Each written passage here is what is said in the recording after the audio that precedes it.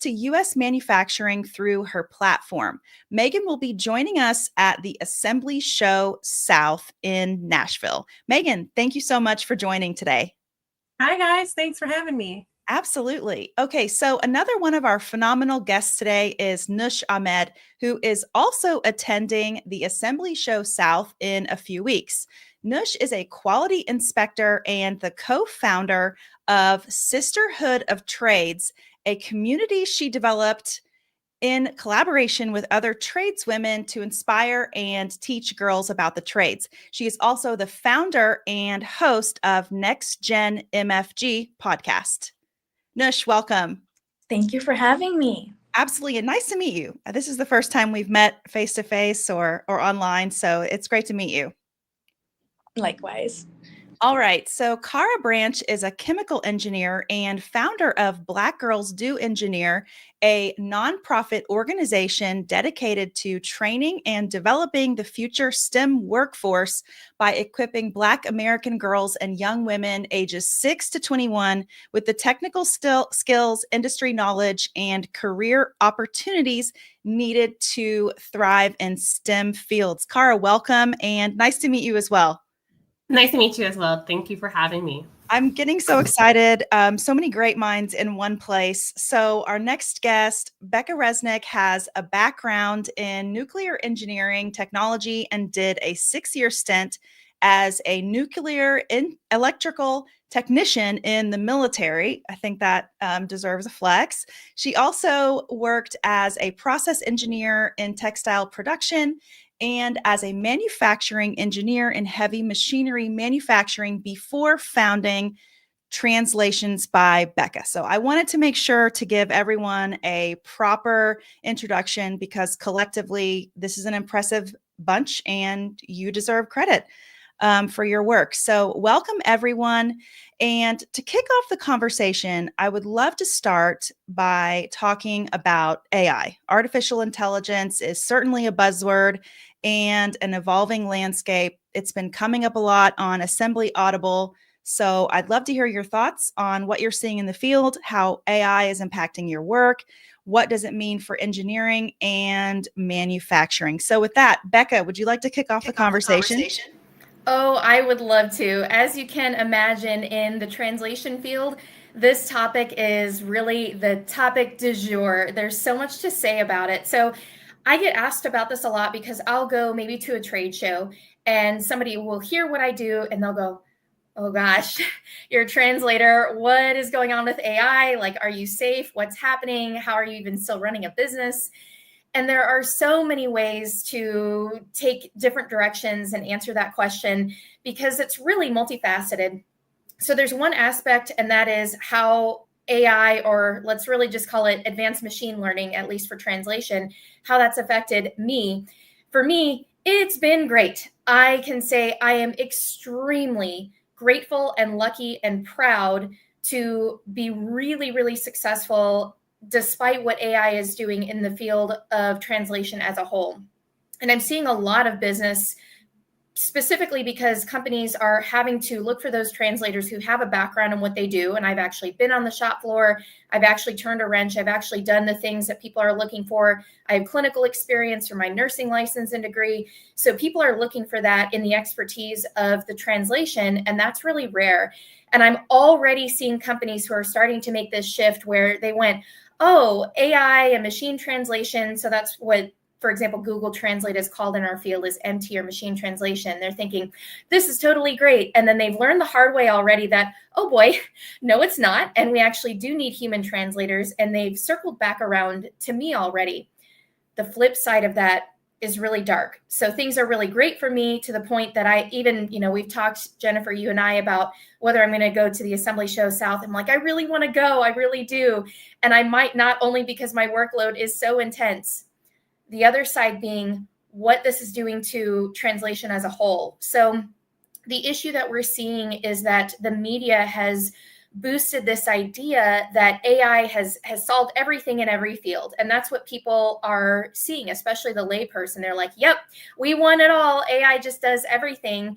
And for example, I have people who will come to me and they'll say, we'll be in this conversation about AI and translation, and they'll say, oh, we just run everything through Google Translate. Maybe they'll say we have a native speaker go through and clean it up, or they'll say things like, oh, we run it through Google Translate and it gives me a pretty good result. And I'll go, what do you mean it gives you a pretty good result? How do you know that? And every time the response is the same, it's several seconds of dead silence followed by, I don't know. And it's literally in that moment that people are realizing, oh man, I don't know how to evaluate that output, because the only person qualified to evaluate the output of a translation, of a machine translation, is a translator, because language is so nuanced. It's so different from using AI in programming or accounting, where the answers are more rigid and more fixed, and the input is more rigid and more fixed. Language is nuanced and it's constantly growing, and people use language in different ways. It just doesn't work quite the same way. And you can't evaluate that output if you are not a translator. So for me, people always say, what's kind of the big topic and what do people need to know about it? And people need to know that we're not there yet. We're not anywhere close to there. We've made great strides in AI and translation, and we still need the human in the mix. Great. Interesting perspective. Thanks so much. Would anybody else like to take over from there? I could jump in real quick. So I don't really use AI in my day-to-day life. I just use it to research things that I'm really interested in. So as of late, I've been researching a lot of GD&T and a lot of CMM terminology, and ChatGPT and Microsoft AI are able to give me the resources that I need to research even further. So I think it's a plus, just because I can learn more without needing to pay for schooling, if that makes sense. I could do it on my own. Yeah, I'll jump in here. So I've seen it from my last role working as an engineering manager in tech. Our division was the Internet of Things division. I focus heavily on all things AI, mostly for software developers, on training them how to use products from the technology that our company produced. So I live and breathe it. That role was the best role for me. I always tell people that's where I learned maybe I should have been a data engineer more so than a chemical, because I love data. And that's a huge foundation when it comes to AI, machine learning, and things like that, and the whole automation piece. I use it, quite frankly, every day for many tasks. When you're an entrepreneur, you're working many hours, you don't have a lot of time, and it's a big time saver for me. Whether it be acting as an assistant for quick emails, help with marketing efforts, it just saves me a lot of time. Where it's kind of conflicting for using it so much, I don't get the opportunity to have that personal connection with hiring a lot of people as I wish that I could, because I'm a very small team, as many startups and entrepreneurs are. So I have to rely on this tech that's making my business grow and help us a lot. Things that I do like to point out around using artificial intelligence is the safety behind it. I don't want people to feel like you can just trust it for everything that it push out. There is a lot of safety that you have to be aware of when you're using this technology. And there's certain things you shouldn't use it for. Like, you shouldn't use it for a business contract. Like, you should most definitely use an attorney for stuff like that, or to write things that great people such as attorneys or accountants or things like that for a company would use. You most definitely need to rely on those people. But if you're using it for or interaction to something to social media or marketing, it's a great tool. I know the thing in industry, most people are worried about this technology coming in and taking jobs. What I do with my program is teach and educate people the foundation behind it, because the technology is not there. It's a model that still needs to be trained. There's new versions released all the time. One thing about tech, it moves very fast, but there is a lot that happens behind the scene that requires those software engineers and developers and people to be able to grow this technology. So I say learn it. What parts interest you to be able to help you grow and be able to keep up with the time, because it's something that's going to most definitely stick around and stay. It's not going anywhere. It's been around for many, many years and it's blooming now. So I encourage people to learn it for sure. And just to kind of feed off of what Cara said, like, if you don't invest in it, like automation, you are going to get left behind. So definitely learn about it. On the marketing side of things, I just attended the Industrial Marketing Summit, and AI was a huge topic of conversation for marketers. And some of the things that Cara did mention, I use it for like creating outlines and stuff for some of the blog posts that I do. I'm writing a book right now, so I used it for the outline for the book. But it does have the tendency to sound robotic, so you do want to read things over and make sure you're adding your own personal human touch to it. Otherwise, there's not going to be any emotion to it on the story side of things.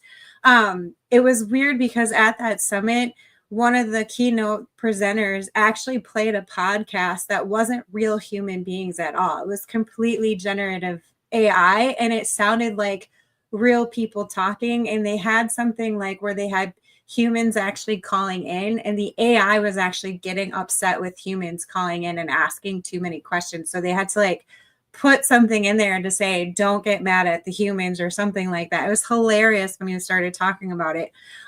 In terms of the actual technology that industrial manufacturers are creating, there's a lot of conversation around, HMIs and how it's being incorporated into the systems for preventative and predictive maintenance. And there's so much data now being collected that even with human eyes, there's still that potential of error of classifying something wrong or putting it in the wrong grouping. So AI is really being looked at as something to really like condense that data down and organize it in a way that's easy for whatever operators are working on can actually access and obtain that information when they need it and where they need it on the line. So it's a really interesting time to see what's happening with automation and, all of the processes that are going on, because it's just going to make us more efficient, I think, and just faster at doing some of the quality work that we're doing. So, but you definitely need to be careful, as Cara mentioned, on the safety side of things, because there really isn't any standards or regulations that I've seen yet. But I think that's going to come later as we get more into this technology and we're using it more in our everyday processes and activities. Wow. Thanks for sharing your perspectives. One of my favorite things about the assembly shows is that we do focus a lot on education. So there are two opportunities to learn about AI at the Assembly Show South. One is an educational workshop called Real World AI for Manufacturing, and that's on Tuesday, April 15th from 2 to 4. There is another presentation called, and I'm really interested in this, called Focus on De-skilling over Upskilling, How AI Empowers Engineers and Frontline Teams. That is a presentation in a learning theater on Wednesday, April 16th at the Assembly Show South. So thank you so much for sharing your perspectives. And I'm sure this is a conversation that's definitely, it's not the last time people will be talking about this. It's going to continue to be a relevant issue for many years to come, I would imagine. So let's move the conversation and talk about STEM and women in engineering and manufacturing. So would anyone like to kick off, or any relevant issues, or I don't know, your journeys, anything at all that you'd like to start with? We need more women. I'm just going to kick it off. Women. So I've read an interesting stat not too long ago where on the engineering side of things, globally, women only represent like 15 to 16%. And I was just like completely shocked by that stat. I guess not too shocked, because I mean, we are less than half all over the world. In the United States, we're doing a little bit better. But I think Cara is a really great example of what she did with Black Girls Do Engineer. Representation matters. And the more we share our stories and talk about our stories, the more attention we're going to get, not just from younger generations, but current generations of women who might be in a job or position that they absolutely hate and don't want anything else to do with. I've heard so many stories from women in like their 40s and 50s that were like, I just started hating my job and then got pulled into engineering and manufacturing, and now I own my own metal fabrication business, or I started welding artistic structures and now I'm making, you know, huge bank off of that. So we definitely need to just keep being loud and share our voices. And I definitely want to shout out Cara because she's doing amazing things. And I'm going to pass the mic to her because she's got to talk about some of the STEM camps that she's doing because it's awesome. Thank you, Megan. And you're doing great things as well. I love everything that you do and always hear support. So thank you. So I'm most definitely pushing for more women, mostly as an engineer. I've always been one of the few in my roles, but one of the only Black women across all of my roles. I have been a chemical engineer now for 10 years. And so there is a long way to go for women, period, women of color for sure. We're just not there. And I can speak from many industries. I've worked in manufacturing, oil and gas to start. I worked in the space industry thereafter and then worked in tech. And I've been the only one. So there's change that needs to happen across all of them. I tell people that I feel like now there's more women that's speaking up and making that change happen. But to be honest with you, we're still fighting the same challenges that women 40 plus years ago were fighting. So we're not making much progress. And we bring a lot to the table in these industries. We are making a lot of great things happen. So I don't know why there's not more of us there, but I'm doing my part. And what I'm doing, what Black Girls Do Engineer, is really just offering exposure and representation. You know, I come from an underserved community, a single parent household. My mom did an amazing job with raising us three. But I'm the first gen, right? I'm the first one to go to college. I didn't learn to my freshman year of college that I can even become a chemical engineer. I spent my entire life with people just telling my mom, your daughter's smart, but no one's telling her what to do with her smart daughter. So there was no resources for me and there were not any mentors. All I knew how to do was make good grades, and I knew I wanted to go to college. And so with my program, I'm really working to prevent that for girls who come from similar communities as myself and my own three daughters. I have three daughters that want to go into STEM, and I want it to be a better place for them when they get there. And so I do a lot around workshops, workforce development and training. Headquartered in Houston, we just announced our expansion to Brooklyn, New York, and I travel a billion times out the year to go to cities where people typically don't show up in their communities and do work. I do an average 30 events a year, working with youth as young as 6 years old, because I believe that that's where the curiosity starts. I believe that their generation is far much ahead than what mine were. I just read an article of a 13-year-old young man starting college, right? My daughter's 14. She starts college this year and as a ninth grader as well. So they're going to school much quicker. These technologies they're aware of much faster. And a lot of them are creating their own apps and their own businesses starting in elementary. So why not the youth? A lot of times we focused on college students, right? Which is great. But what I've learned from working with a billion great college students is that their minds is made up when they know where they want to go. And I believe the chance of to help influence and help kids understand their pathways is much younger. And so that's why I started at 6 years old. So we host a lot of hands-on STEM activities around the future of STEM. Our year focus is the year 2050. So they do all of what people are talking about in industry. They're learning about it as young as 6 years old. We host symposiums where I have girls as young as 6 years old presenting to industry professionals. So I spend a lot of my time still being an engineer, but I engineer differently by changing people's lives. And so I'm really most definitely pushing to get more women in this space.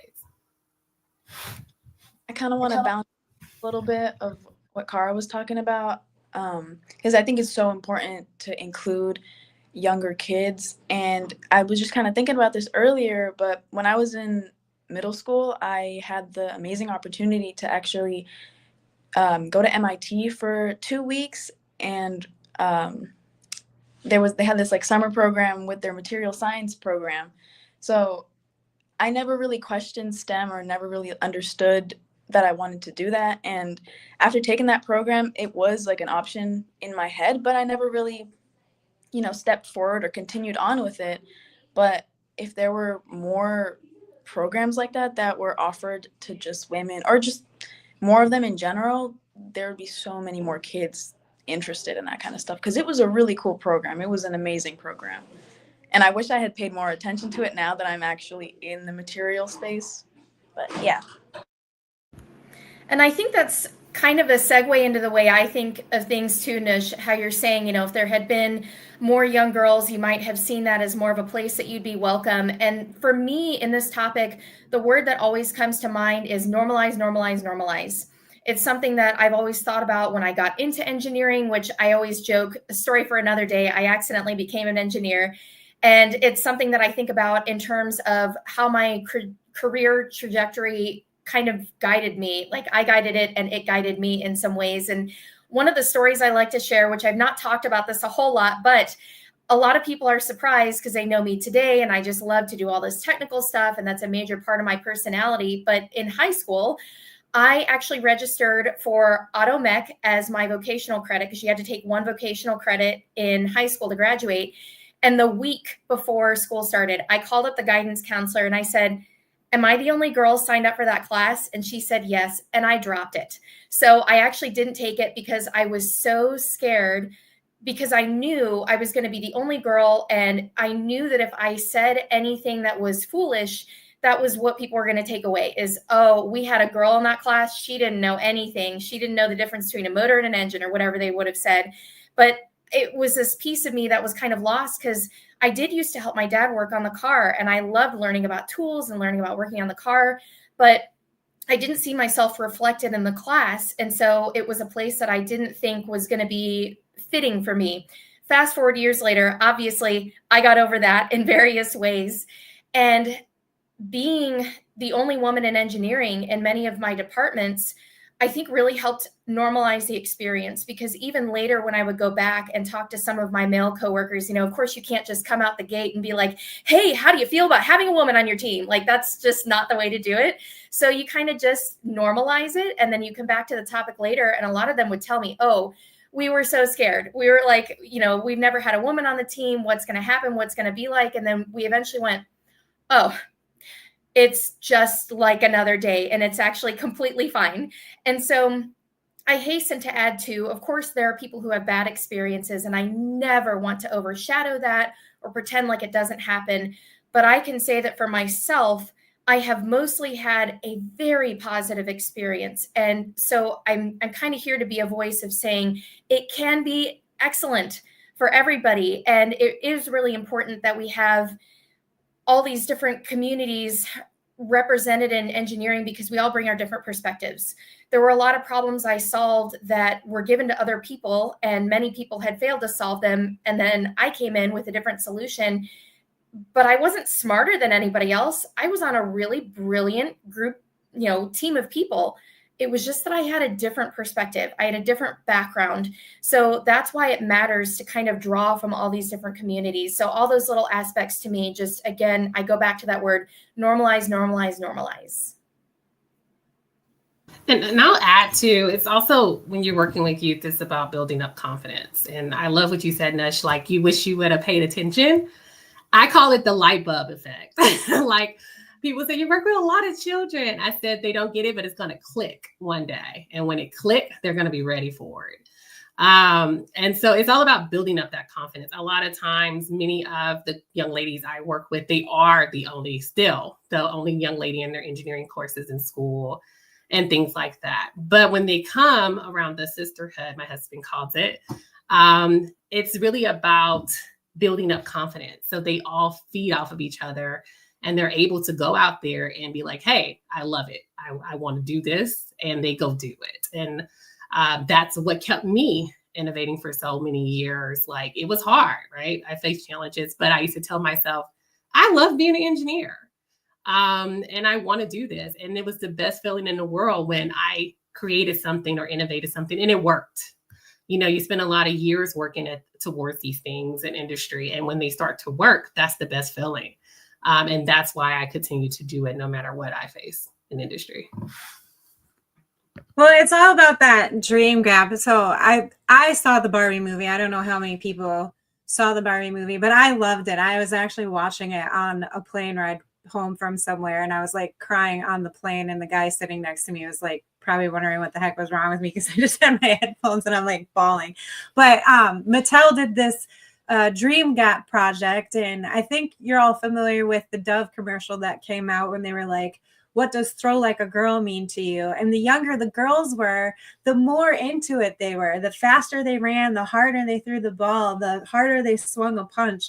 And then something happens where they get to a certain age and they lose that sense of confidence. They lose that sense of self. And I think one of the other challenges that they face is because everything is so online and everybody's taking photos of everything.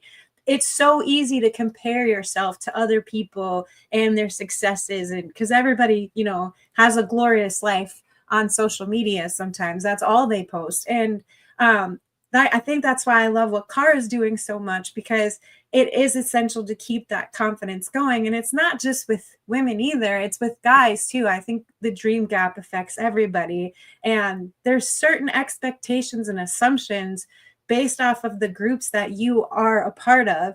And we got to stop doing that. Like, not everybody fits within, you know, an athletic role. Not everybody fits within a math role or an artistic role. But when you think about engineering and manufacturing, it's really the place where all those skill sets can combine, and it can be the place for the athlete. It can be the place for the math nerd. It can be the place for the artistic person. And I think that's why I just love this industry so much. And one of the cooler things that I've noticed is when I first started out, women were out for each other. Like, they did not want to sit at the same table at all. They just wanted to compete hardcore and backstab and be catty and petty and all that other stuff. When COVID hit, I really saw a shift happening where we all came together and we started being more supportive of one another. And we just need that. We need allies all over the place, because if we want to be, you know, competitive, if we want to be secure economic wise and national security wise, we all need our best foot forward so that we can bring the best innovation and the best technologies forward. So I love what all of you shared and are saying. It's very energetic for me. Yeah, and I want to add to what you said too, Megan, about being catty, but I think we have come a long way. I can say when I was in industry, I had a lot of mentors that sat on C-suite, and I can tell you every time I went to their office, I brought a woman with me so they can meet her too. My motto is we all can win. I think when people start understanding that a little bit better and start really believing in that, then we can all come together and work together, because there's enough out there for everyone to win in many multiple different areas. But it is going to take all of us. Every time when I meet people and they're trying to compare my work to other orgs, I always say, well, that's great. It's going to take all of us to do it. I can't solve this problem by myself overnight. So it's going to take all of us to come together and just really lift each other up. So the cattiness does have to stop. And we have to come together and be as one to make this change happen for sure. Well, I remember when I started Mavens, I had Nikki Gonzalez, Courtney Fernandez, and Ali G on the podcast, and then they started Automation Ladies. It was so surprising to me how many people tried to pit us against each other as competitors. And they're like, oh, you know, they're doing that. And I'm like, who cares? Like, I want them to win. I want them to get more followers or to get more views or whatever. That's great, because the more that they have, the farther their reach is, and the more that people are going to hear these wonderful stories happening in the sector. So it was just kind of interesting to see how people try to pit us against each other as competitors. And I'm like, those are my friends. Like, I want them to do well. Well, I definitely want to shout out. We have some speakers at the Assembly Show South. I'm not sure if any of these professionals are listening, but Jill Snyder, Dr. Rochelle Cook, Gina Strickland, Heather Wade, and Lisa Weiss. A lot of these professionals come from the quality side of things, from what I understand, but they will be speaking at the Assembly Show South that's coming up in a few weeks in Nashville. So we're certainly looking forward to that. So let's shift gears a little bit and talk about this is an interesting topic that we sort of touched upon a few weeks ago, and that is manufacturing in the South. I know, Cara, I think you live in Texas. Is that right? And Becca, you are in Tennessee, from what I understand. So it's kind of an interesting topic, and of course, we have selected Nashville and the South for this show. So, what does it mean to be a woman in manufacturing generally, but then even more specifically in the South? Well, I'm most definitely born and raised in Texas. So I've been here my entire life. What I think from a manufacturing perspective, I'm really appreciative to like have started my career in oil and gas. I feel it made me tough. People say if you can work in oil and gas, you can work anywhere, and that is true. It gave me a great foundation from an industry perspective. I learned so much. I actually started my career in corporate and then transitioned into working in a refinery. And I remember the day because my manager said before he hired me, "Are you sure you want to do this?" And I said, "I do." Because I wanted to be up close with the chemical. I didn't want to just design plants and tell people what to do with them. I wanted to design them and be in them, work with my amazing contractors on the ground, to be right alongside them doing the work that I asked them to do. So it taught me a lot. It taught me how to make quick decisions in the field.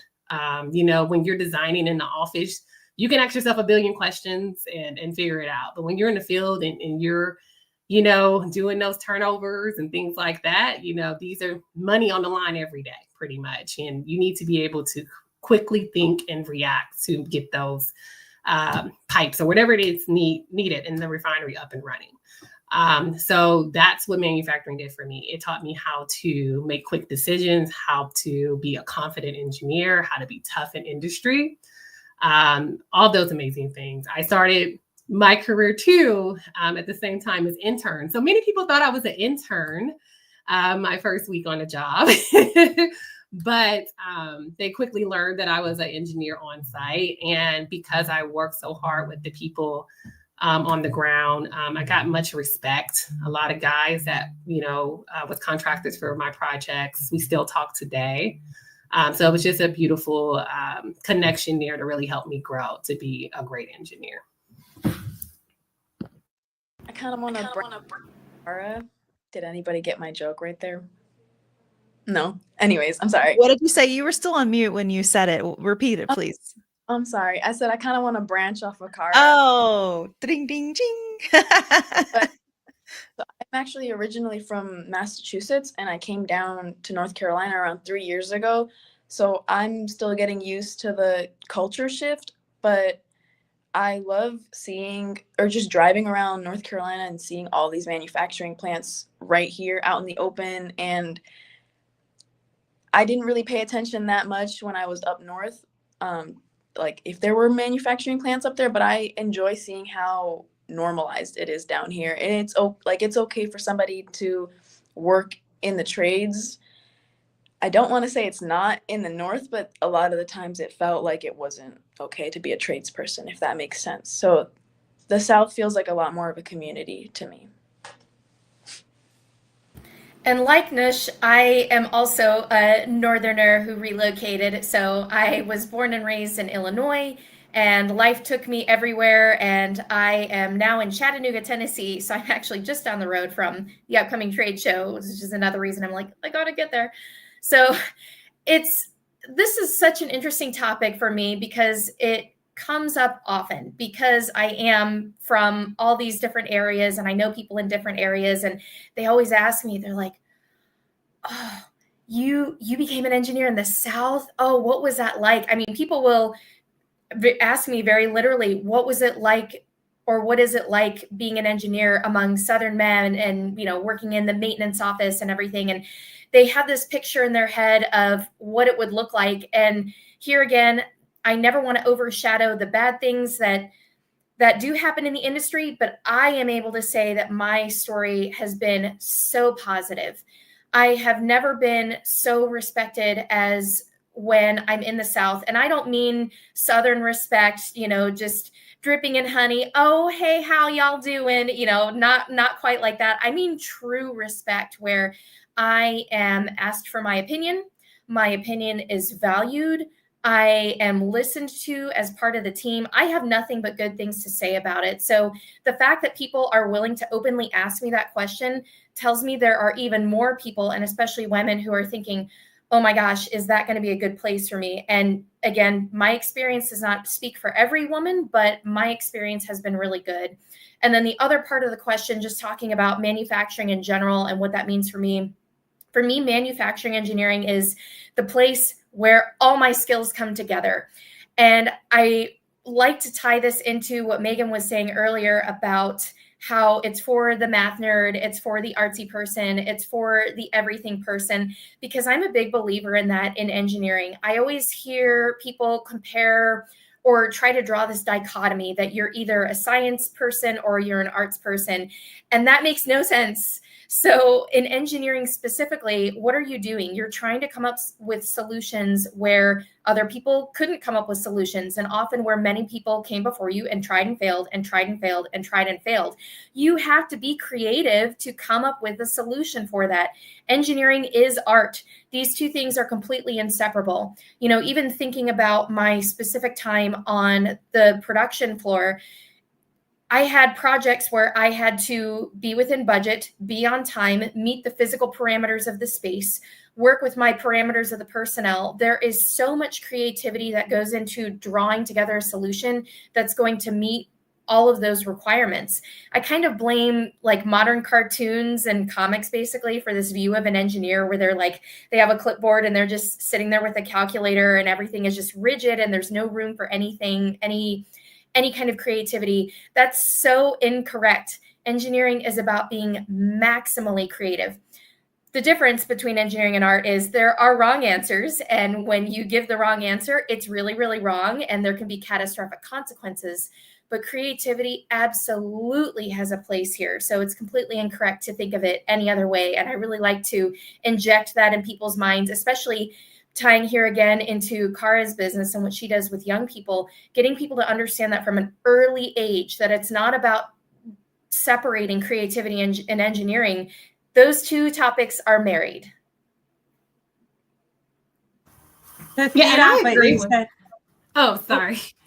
To feed off what Becca was saying, I just interviewed Celeste from Murata Machinery, and she started out in school in industrial art. And she was talking about how that benefited her massively because it helped her see things in a 3D visionary way. And she was able to envision things before even putting them down on paper, because 2D and 3D are completely different. And for her to be able to look at things and figure it out in her head, how it would look in a 3D space separate from the 2D print that she was looking at, helped her with her career massively. So I definitely agree with what Beck. Yeah, I agree too. From all like being a creative, there's most definitely opportunity for that. I think for sure for when I worked in manufacturing, one of the things I struggled with was advancing.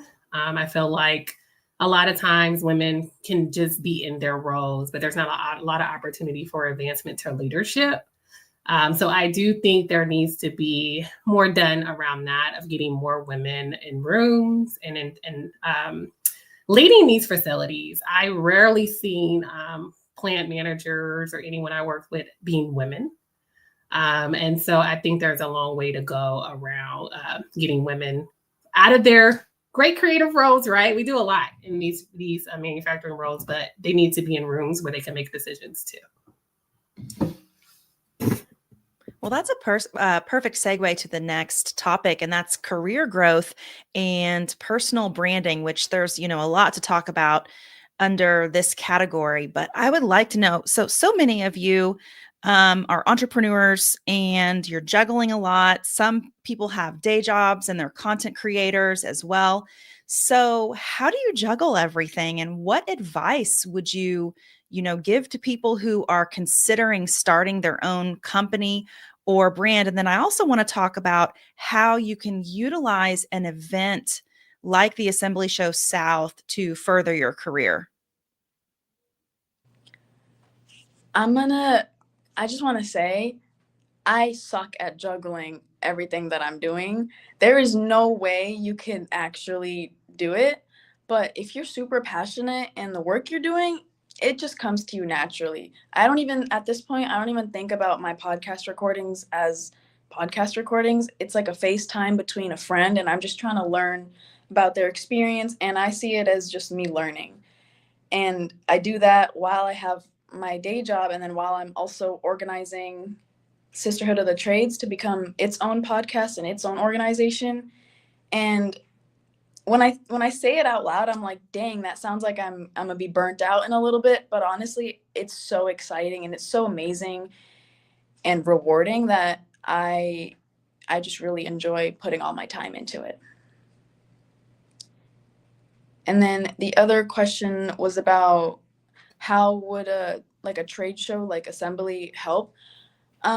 Assembly is it's my second ever trade show, so that in itself is really exciting, and I'm going to be able to network and meet so many more people like how I did at IMTS. So that is already a really great reason just to be able to meet more like-minded people. Yeah, I think that's it.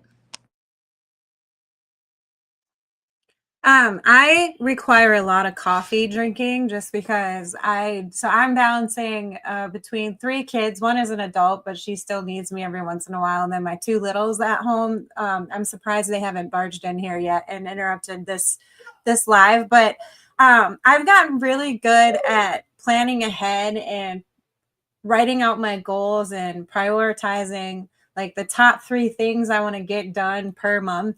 And then I shrink it down and look at it like on a daily basis and a weekly basis.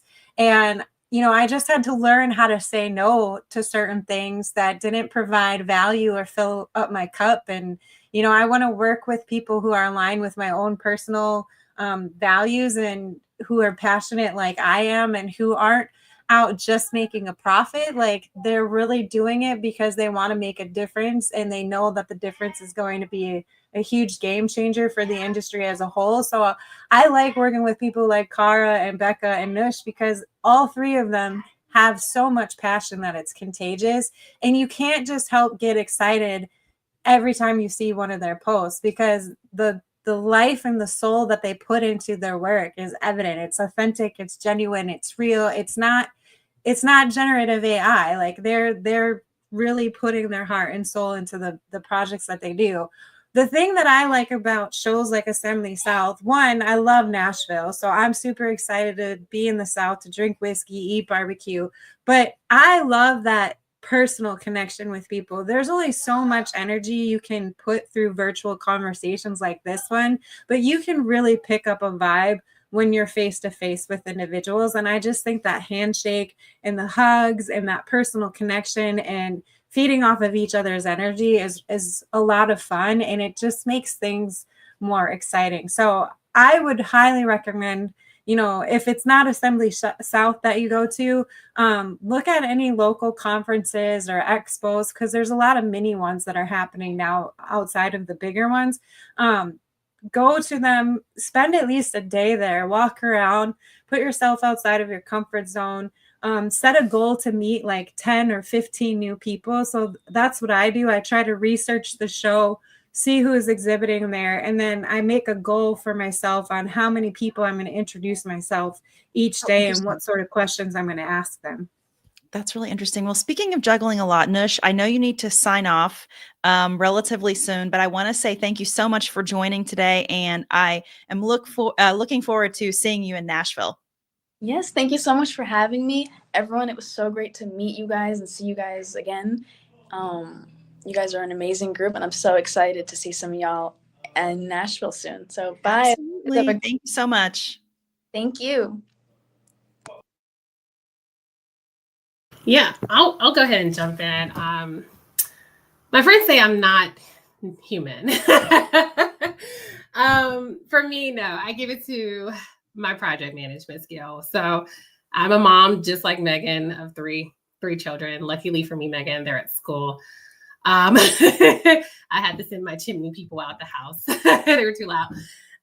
So I have that part of being a mom, a wife, and this org. So I did project management for well over 6 years, and I used to juggle at least 15 projects at one time.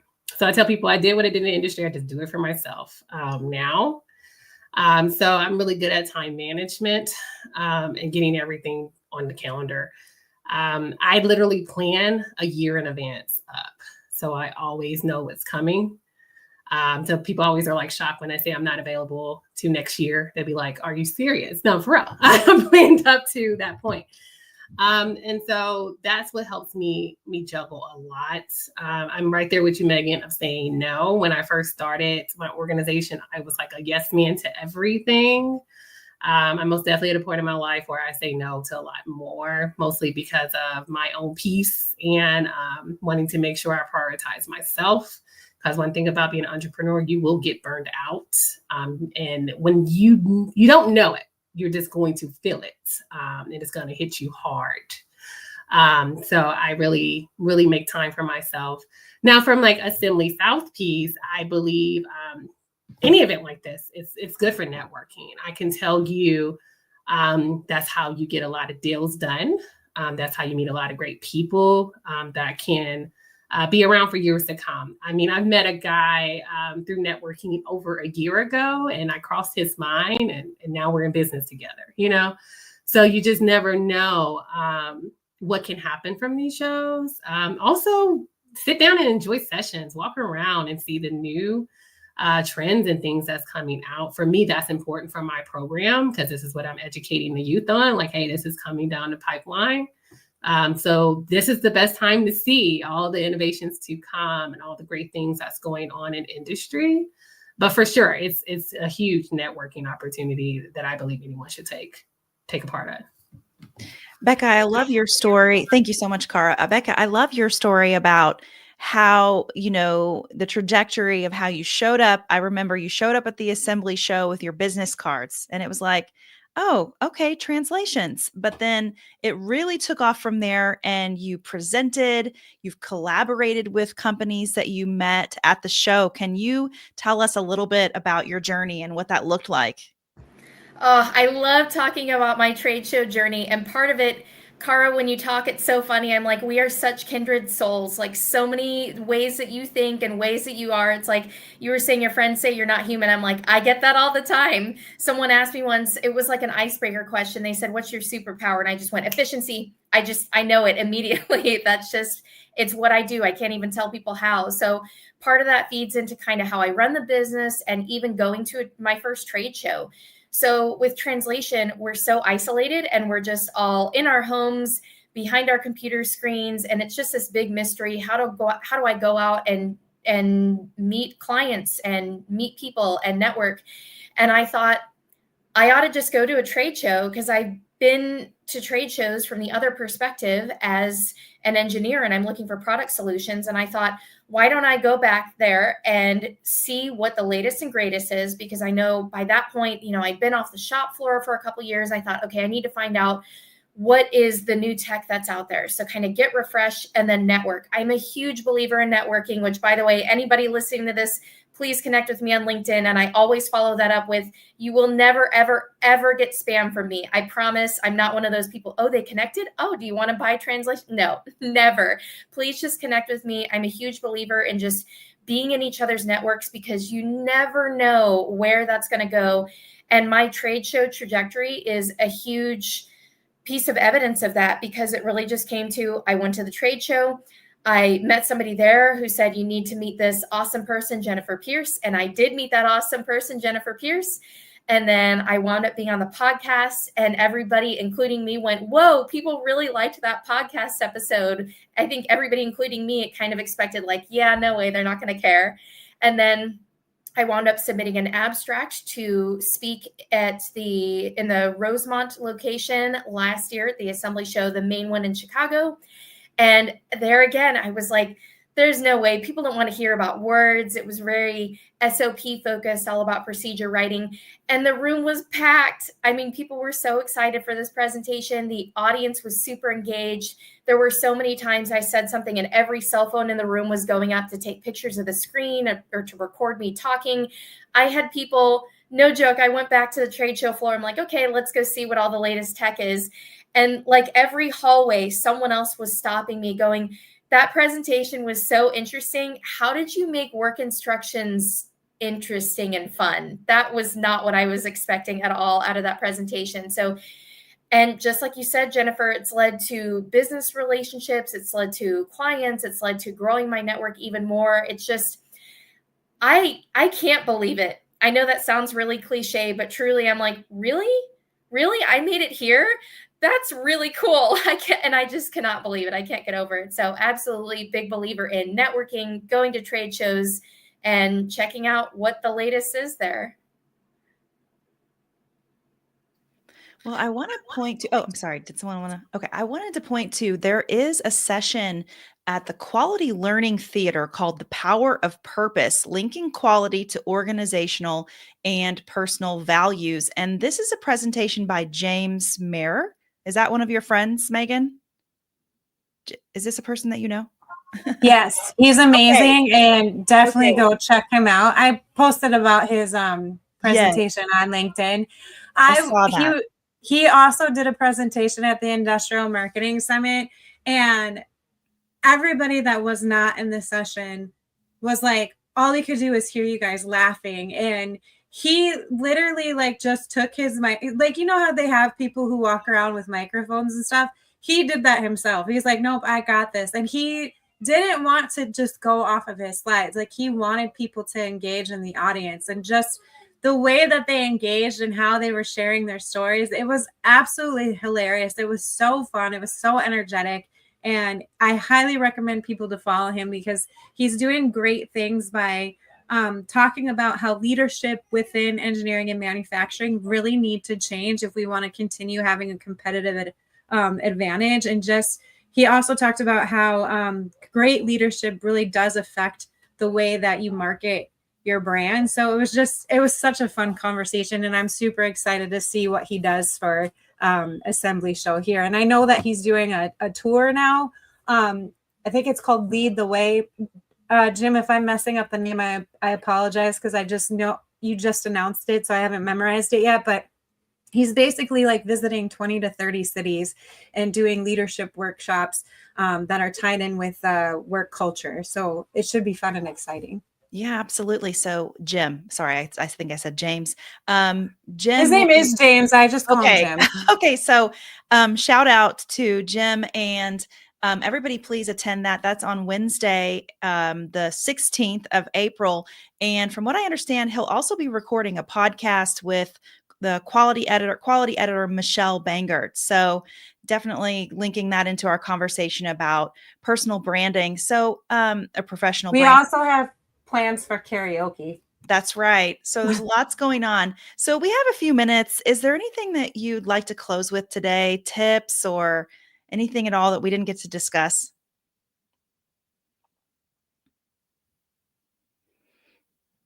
All right. Well, I'll see everybody later.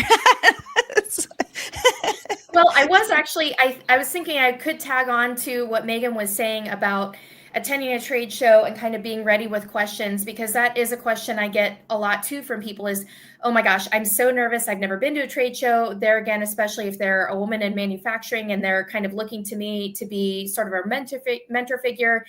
And the best advice I can give is really put one foot in front of the other. So you go online and you just say, I'm going to register. Boom, I did it. Okay. And you say, I'm going to make myself buy the plane tickets or buy the rental car, whatever it is. Boom, I did it. And then you get to the convention center and you put one foot in front of the other and you say, boom, I did it. And you just get there. And that's the best way that you can do it and make yourself go.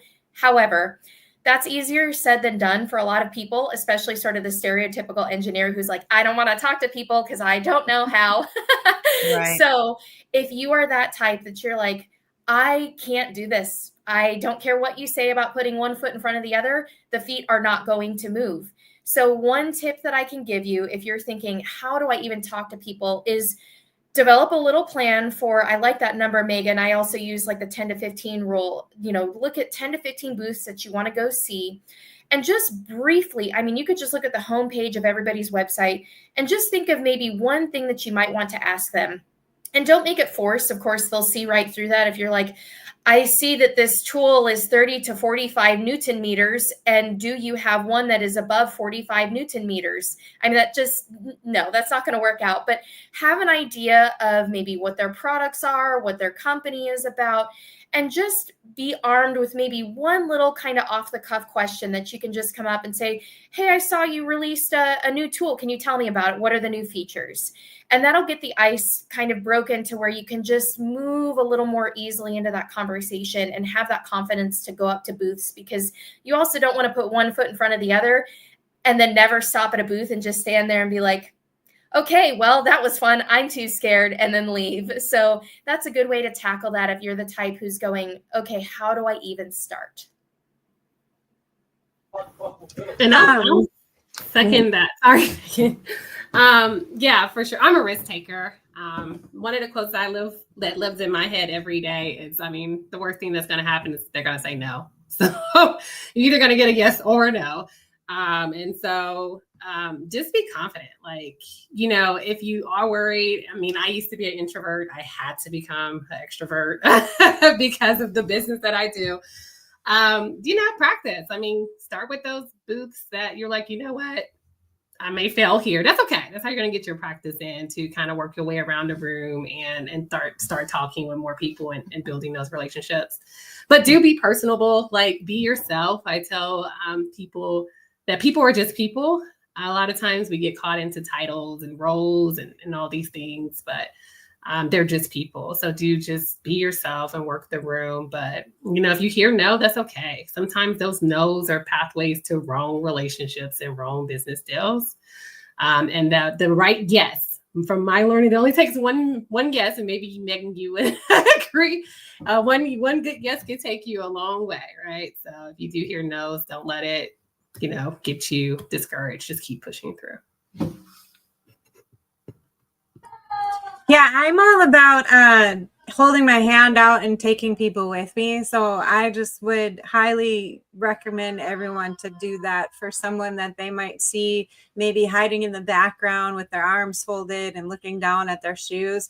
Try to get them to step outside of their comfort zone, because some of the quietest and most shy people that I've met in the world have been some of the most brilliant minds that I've ever met in the world. And it just took that one hi or smile or, attempt to have a conversation with them to really get them comfortable and open up. And, to all the women out there too, I know that with diversity and inclusion, sometimes it gets a bad name, and, I'm going to thank politics for that, but we really do need everyone on this ship if we want to be competitive. And, just be comfortable to have uncomfortable conversations and understand that not everyone is coming from a malicious place. And sometimes it just takes that conversation and that empathetic mind and openness to really understand someone's different perspectives. So just be that person to have those crucial conversations so that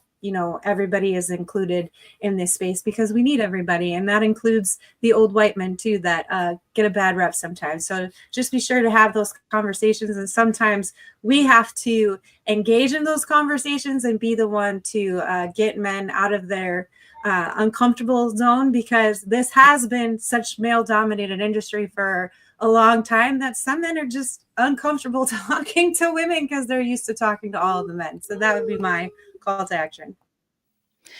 Okay, well, I want to thank you. That was a great way to close today. Megan, Cara, Becca, I want to thank you so much for sharing your expertise and insights on the show today. I would love to encourage everyone to head to the assemblyshowsouth.com to learn more about this upcoming event. It's taking place right in the heart of downtown Nashville at the Music City Center from April 15th through the 17th. So we will look forward to seeing you all there. Thank you so much. I hope we get the opportunity to do this again. Thank you. Bye. Thank you.